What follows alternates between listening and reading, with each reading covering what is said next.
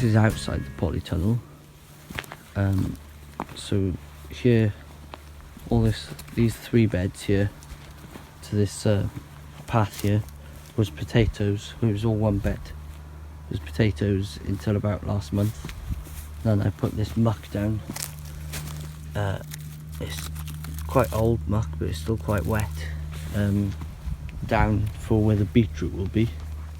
So these 2 beds will be beetroot, then this middle bed will be carrots. And I put a cover crop here of white agricultural mustard. And then over here there's some beetroot, there's Baltardi, Cylindra, Chioggia and Pablo F1 all growing here. I've had quite a lot of cropping, that's why there's some gaps here and there and here, because I picked them. And there's some parsley in the back. And we come up here and I got Leon leeks, but they've bolted because they were a bit early sown, I think. But the ones that have bolted, I'll leave bolt and I'll pull them out. And these are Musselburgh. These were later sowing.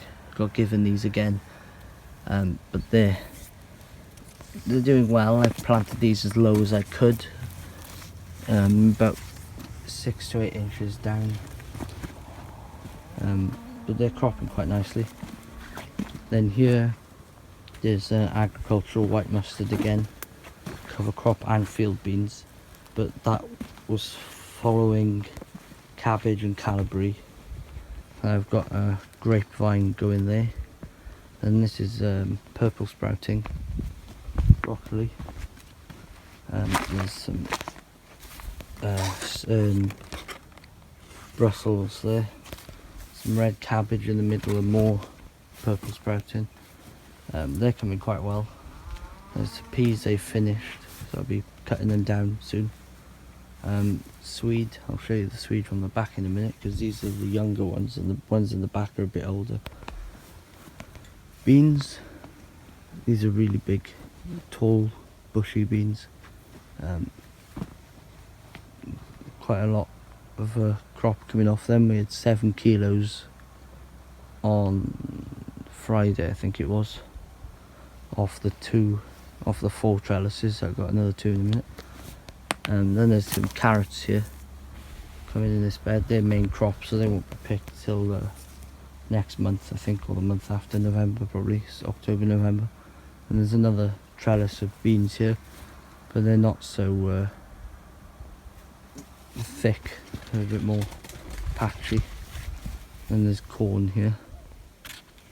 I think it's Waltham, something like that, Waltham Early. It's a heritage variety. No, Waltham Early is a squash. They're a heritage variety anyway. Then we've got pumpkins here, jack-o'-lantern. I've had one off it already. They're quite small pumpkins, but they'll be okay for eating. There was a butternut squash here somewhere. Here it is. This is my butternut squash. I got a bit troubled, so I didn't really go for it, but I just left it in case. And then we follow this trail down here to around the back of the pumpkin patch, and we find a little pumpkin in there. That's Atlantic Giant.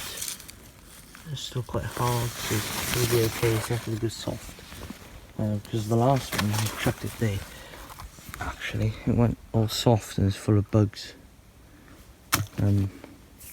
Just went off really. There's some more beetroot down here. These are just some spare plugs, and I popped them in this little gap, so they'll be coming as a late crop. Very late crop actually. Then we come down the back of the beans, and the oldest Swedes are really big. Yeah, quite nice. Forward to eating them. Yeah. So that's this part of the garden. So this is the second bucket garden.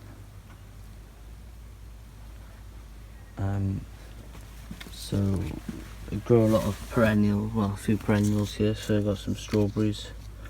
These are wild ones, and these are ones called jumbo. And I've cut them all back now so they can overwinter. I'll mulch them with a bit of straw or hay or something like that to keep them warm. And then we come on to Welsh onions. These have been picked a lot, harvested back, but they grow these shoots back from in between the nodes. So you can see there's some just like reshooting. Nice fresh young nodes there. We've cropped these quite heavily.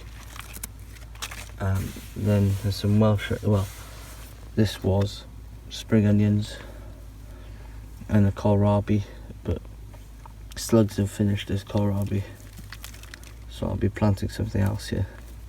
So it's not all winds here all the time. And then these are some onions I've let go to seed. So it's 3 heads. This one's all over the place. It like comes up here and then goes off and around there, whereas the other 2 are quite straight and quite uniform. And I've got these gutter here that I'm growing lettuces and salad crops in. There's 2 empties. They had squash in, squash, like a courgette, sorry. And then there's kohlrabi coming in there, another empty one. And there's some beetroot. I've been picking the leaves from them. And they're chiogia. So they do nice like leaves, similar to perpetual spinach. Then we come around the corner, there's another empty one. And then this one's got a French bean coming up here, as you can see. And then there's some Swiss chard in here, in these 2, tomatoes in the back. And these one of the trusses. It's really nice because that one's like nearly ready, and then they like phase through that one, that one, that one, that one, that one, that one. So it's quite a nice like rainbow effect there. But there's loads of flowers on these. Can be quite nice. And then we come round, that one's got 2 French beans in it. And they go all the way over there and quite vigorous. And then we come here and there's like multi-sowing stuff going on. So there's this spring cabbage, another spring cabbage, kohlrabi plant. And there were meant to be some little spring onions, but they've been ripped out by something. I don't know what, they were big holes dug here. Probably like a bird of some sort. And some more spring cabbage. It's all spring cabbage at 9 o'clock and 6 o'clock. At 12 o'clock we've got a spinach plant, and then at 3 o'clock there's spring onions, and then in the middle is a kohlrabi, and it's the same for all of these. But obviously as they get closer, further out, they get a bit more, there's a bit more of them, like not of them then, but they're a bit more bulky, as you can see, more vigorous. And then we've got carrots in the middle, like carrots a lot, so I grew quite a lot of them. There's quite a good pile of carrots here.